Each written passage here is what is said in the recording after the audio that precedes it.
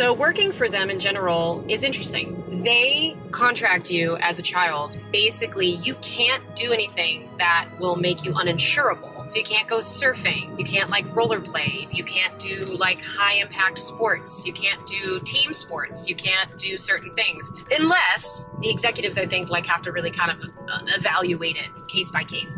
And I'm not saying that they're going to say no every time, but it's a consideration. It's a consideration in that when you're working for them and you're believing that if you say yes and you behave, that you will be rewarded with extra screen time, extra opportunities. You want them to like you, right?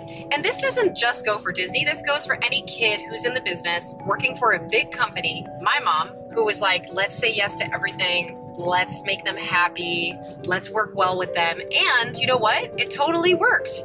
I was in a lot of things that people know now to this day. But I do, however, think that there is value in saying no. Saying no is important because it tells people that you know your worth. I love Disney. I go to Disneyland. I go to Disney World. I love it. I believe in the magic 120 million%. I mean, the other thing is that when me and some other people were working for the channel, there wasn't social media. So these kids have millions of followers as soon as their TV shows are airing.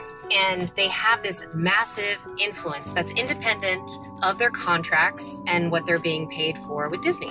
So that means that they're independently wealthy at this point. Now that is leverage over the people that they work for. It's kind of scary for Disney because then these kids, they can make or break the fate of, I guess, the show. That is something that my generation of Disney stars definitely did not have. So unfortunately, if I had potentially seen myself as independent of anything that Disney Channel had brought me, I do believe I would have had the mindset of future growth rather than growing within the network exclusively. Dylan Sprouse had a very different opinion than Joe Jonas when it came to being able to say no to Disney Channel. So Dylan took to his Tumblr page, and on it he fired back, and he said, first, quote, I think it's bullshit that they were being robbed of choice or creativity. If they wanted to, they could have told Disney no. Cole, his twin brother, and I did this hundreds of times, and we ended up all right. Something surprising about me, Disney wanted me to apologize for telling, I think maybe Popstar, that I have a helicopter through which I fly down into Antarctica to pick up polar bears and hang out with them. They wanted me to apologize.